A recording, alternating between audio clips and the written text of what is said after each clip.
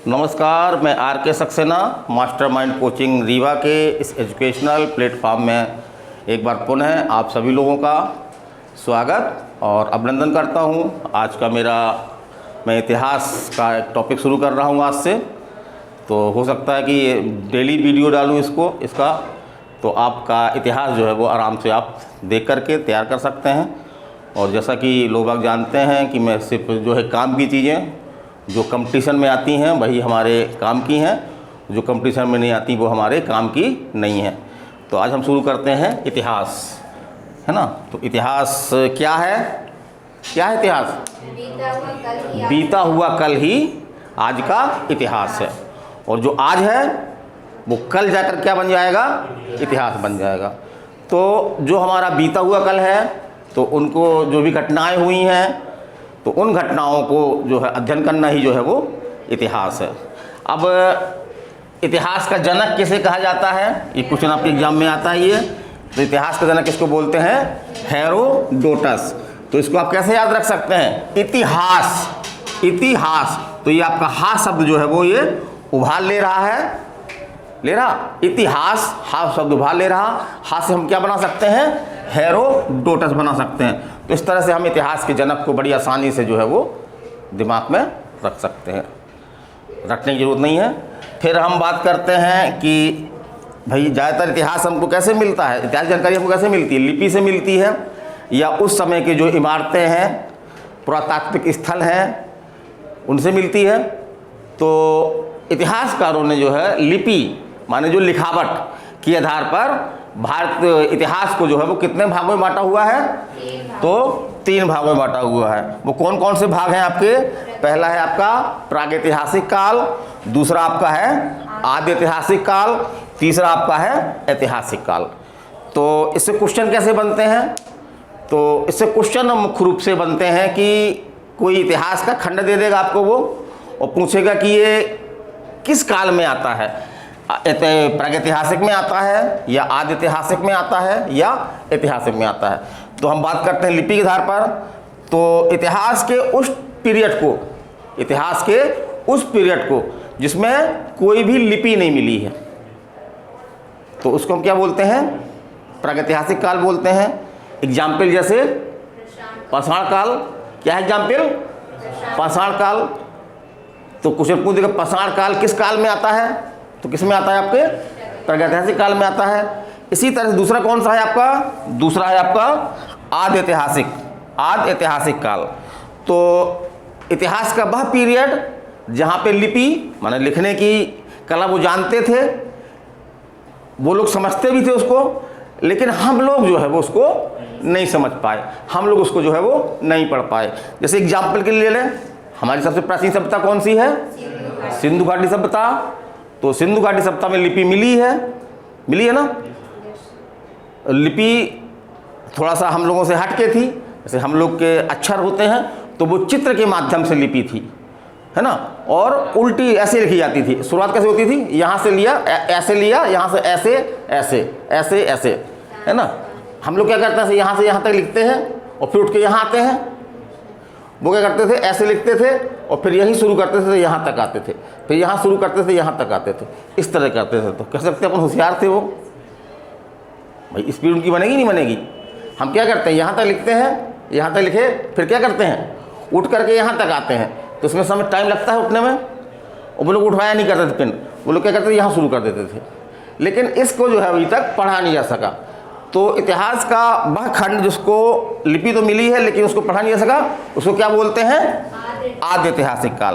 तो इसका एग्जाम्पल क्या हो गया आपका? सिंधु घाटी सभ्यता। ये आपके MPPSC में क्वेश्चन आया था कि सिंधु घाटी सभ्यता जो है किस काल में आती है? तो किस काल में आती है? आदि ऐतिहासिक काल। और तीसरा सिंपल जो हम पढ़ रहे हैं, बहुत सारा मौर्य वंश से आपका हमारा प्राचीन भारत के वो खंड छोड़ दो, सिंधु घाटी सभ्यता वाला। उसके बाद वैदिक सभ्यता से ले लें हम, तो वैदिक सभ्यता से हमारा जो स्वतंत्रता संघर्ष तक का जो इतिहास है वो सब किस में आएगा? आपका ऐतिहासिक काल में आएगा। क्योंकि यहाँ पे लिपि भी है और उसको खूब हम लोगों ने पढ़ा भी है। तो इतिहास का वह पीरियड जहाँ पे लिपि मिली है और उसको पढ़ा भी गया है तो उसको क्या बोलते हैं? ऐतिहासिक काल।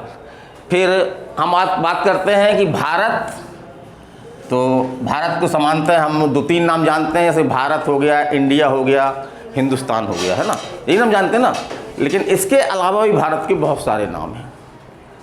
तो कुछ नामों से आपके क्वेश्चन बनते हैं कि भारत के कौन कौन से नाम हैं और वो नाम कैसे पढ़े, इससे आपके क्वेश्चन जो है वो बनते हैं। तो इसका हमने टॉपिक क्या दिया, भारत एक नाम अनेक, माने भारत तो एक ही है लेकिन उसका नाम जो है वो कई है।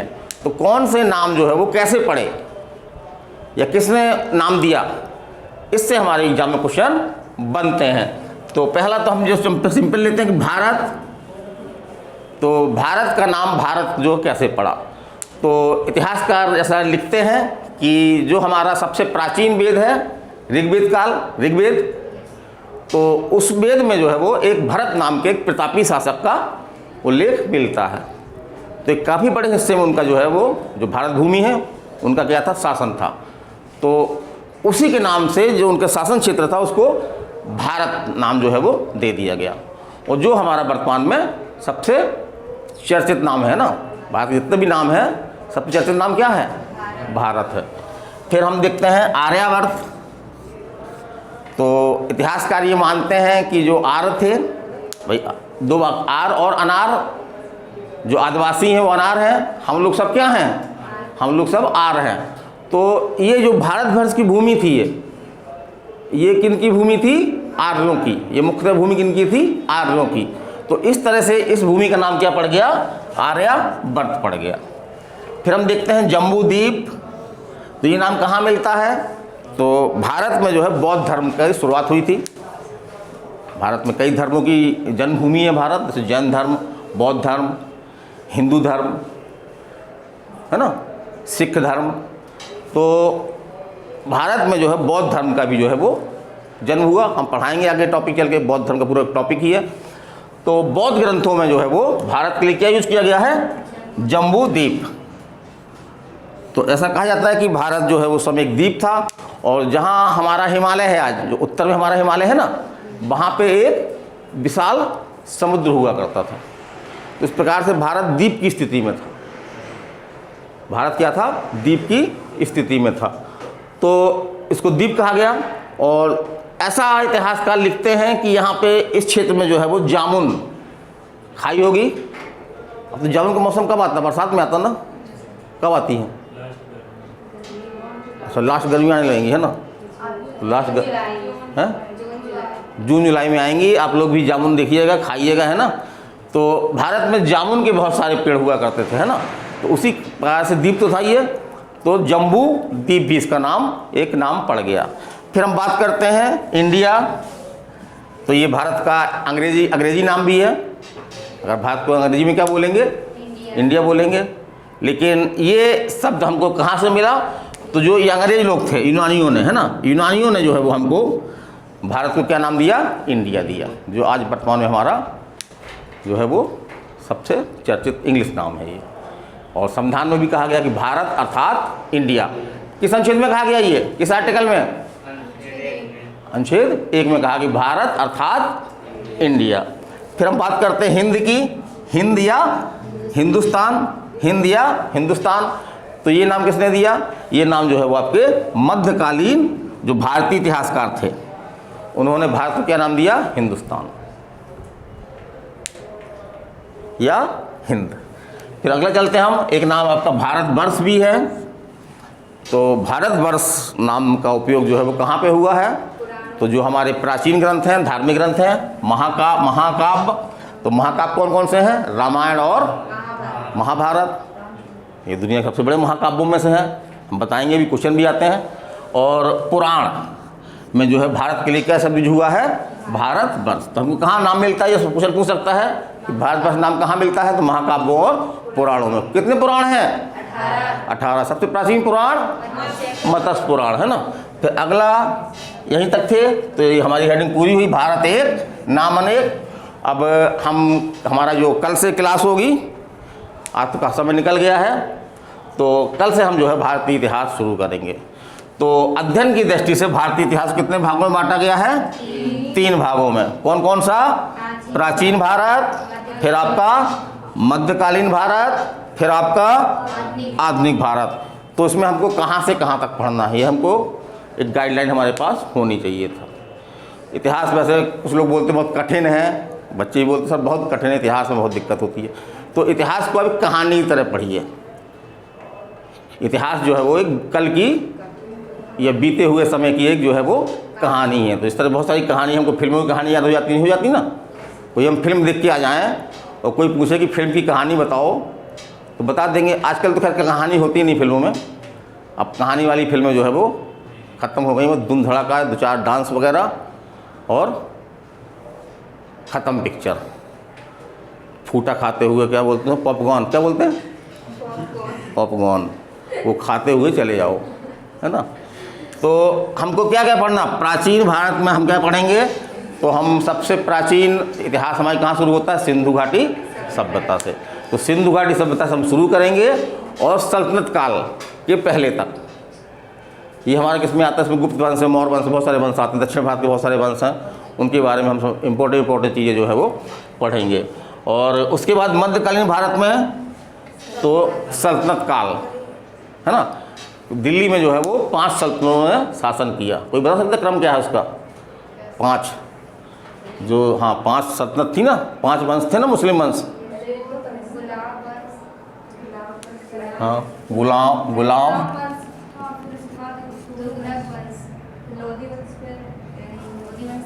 के बाद खिलजी वंश, खिलजी के बाद तुगलक वंश, फिर सैयद वंश और फिर लोधी वंश। चलिए इसको याद कैसे करते हैं, ट्रिक से याद कर लीजिए, लिखिए ट्रिक एक।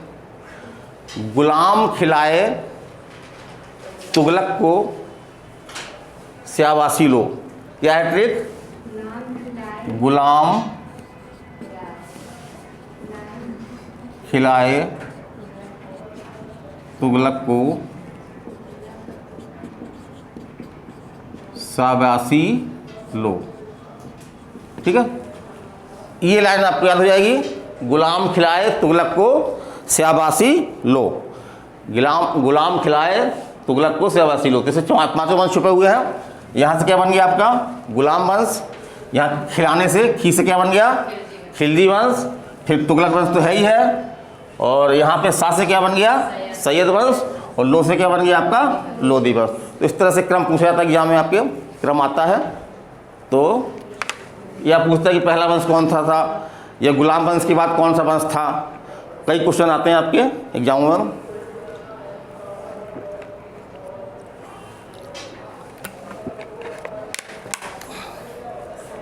याद रहेगा भी है। और तीसरा आपका क्या है, आधुनिक भारत का इतिहास। तो हमारे यहाँ बहुत सारी यूनानी कंपनियाँ आई, है ना। पुर्तगाल, सबसे पहले पुर्तगाल आए, उसके बाद अंग्रेज भी आए, फ्रांसीसी भी आए, डच भी आए। तो इन्होंने पहले तो व्यापार शुरू किया, फिर धीरे धीरे इन्होंने जो है हमारे यहाँ पे राजनीतिक हस्तक्षेप करना शुरू किया। धीरे धीरे भारत पे राजनीतिक दबाव बना लिया इन्होंने, और धीरे धीरे क्या किया, काफ़ी भारत के बड़े हिस्से को अंग्रेज़ों ने क्या कर लिया, अपने कब्जे पे ले लिया। और उस कब्जे को हटाने के लिए, क्योंकि उनका कोई भारत से जनता से लगाव नहीं था, वो एक शासक थे, तो भारतीय जनता ने जो है वो उनको भारत से बाहर निकालने के लिए बहुत एक लंबा संघर्ष किया। तो वो सभी मैंने अंग्रेज़ों के आगमन से लेकर के और अंग्रेज़ों को भारत से रफू चक्कर करने तक का इतिहास क्या किसके में पढ़ेंगे हम, आधुनिक भारत में पढ़ेंगे। तो आधुनिक भारत या भारत का स्वतंत्रता संघर्ष। तो इन तीनों पार्ट से क्वेश्चन आते हैं, लेकिन सबसे अधिक क्वेश्चन आपके मिलते हैं आपके आधुनिक भारत से, है ना। लेकिन हमको पढ़ना तो तीनों है, क्योंकि तीनों से क्वेश्चन आपके आते हैं। और एक एक क्वेश्चन से आपके एग्ज़ाम सफलता जो है वो एक एक क्वेश्चन से रुक जाती है। तो हम कुछ चीज़ नहीं छोड़ेंगे। तो ये हमारा आज हमने इतिहास शुरू किया है यूट्यूब चैनल के प्लेटफॉर्म में। इसके आगे मैं इतिहास में पढ़ाता रहूँगा। कोशिश यही रहेगी मेरी कि हर क्लास में डालता रहूँ, ताकि बहुत सारे लोग हैं, भारत है बल्कि भारत के बाहर भी आपका नेपाल है, भूटान है, यहाँ पे भी कुछ लोग देखते हैं चैनल। ये 10% चैनल देखा जा रहा है ये, तो उनको भी, वो यहाँ तो रीवा तो आ नहीं सकते हैं, तो उनके लिए भी ये जो है फ़ायदेमंद होगा। तो चलिए अगले वीडियो तक हम विदा लेते हैं।